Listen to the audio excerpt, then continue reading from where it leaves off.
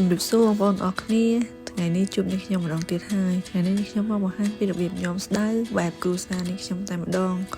គឺរសជាតិនេះគឺឆ្ងាញ់មែនទែនបងប្អូនអាចសាកល្បងធ្វើបានតោះ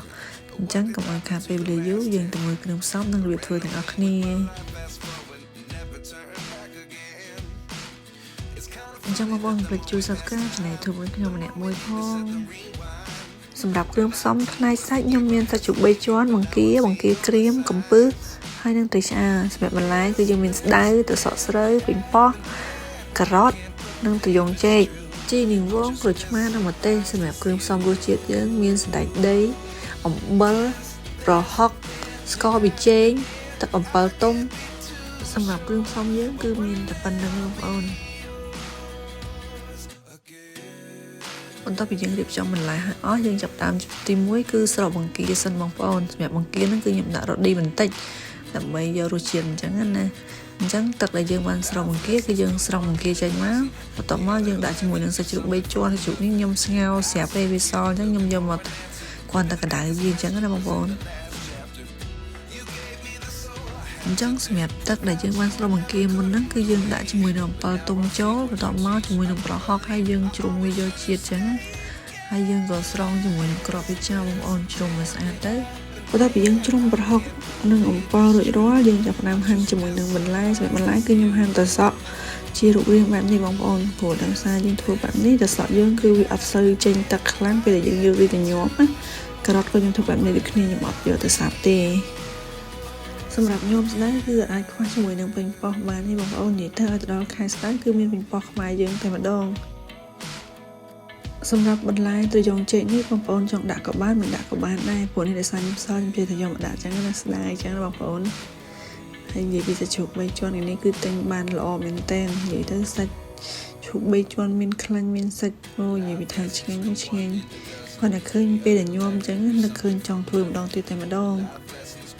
សម្រាប់ញោមស្ដាយយើងមានសាច់ជ្រូក3ជាន់ជាមួយនឹងត្រីឆ្អើរក៏បានដែរបងប្អូននិយាយទៅតែសាច់ខ្ញុំមានសាច់ក្នុងទូទឹកកកច្រើនចឹងខ្ញុំជិះទៅដាក់ទៅមានប្រគេមានកពឹសមានអីចឹងណា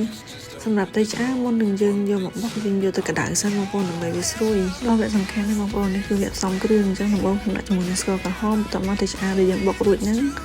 ហើយដាក់ជាមួយនឹងទឹកអំបិលទុំដែលលាយជាមួយនឹងប្រហុកណាបងប្អូនហើយយើងកូរឲ្យសព្វទៅបន្ទាប់មកយើងដាក់មួយត្រីចេងកន្លះស្លាបព្រាទឹកថៃបន្តិចអំបិលមួយចិបបន្ទាប់ពីយើងសុំគ្រឿងហើយអស់បងប្អូនកូរវាឲ្យសព្វបន្ទាប់មកយើងភ្លក់មើលរសជាតិមួយដែលយើងគិតថាយើងចូលចិត្តចឹងណា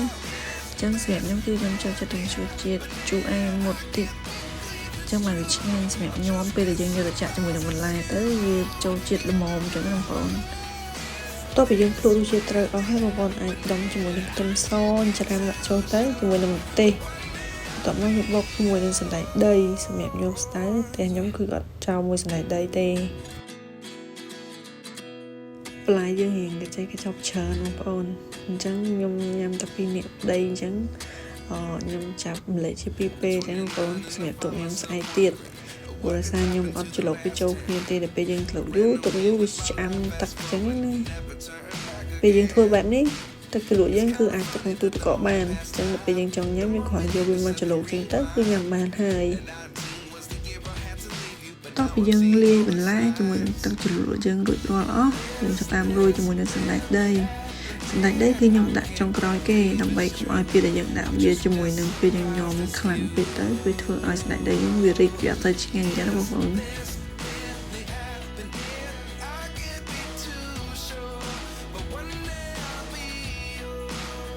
បងប្អូនដែលចូលចិត្តភាសានេះញោមស្ដៅគ្រាន់តែឃើញរូបរាងបែបនេះប្រហែលជាកំពុងលេបទឹកមាត់ដឹងព្រោះសម្រាប់ខ្ញុំដែលយកវីដេអូមកកាត់តគឺខ្ញុំមានអារម្មណ៍ថាចង់ញោមភាសាទៀតទេនេះតើបងប្អូនអញ្ចឹងចេញភាសាញោមស្ដៅទាំងអស់គ្នាអរគុណច្រើនសម្រាប់ការទស្សនាវីដេអូមួយនេះអរគុណច្រើនមែនទែន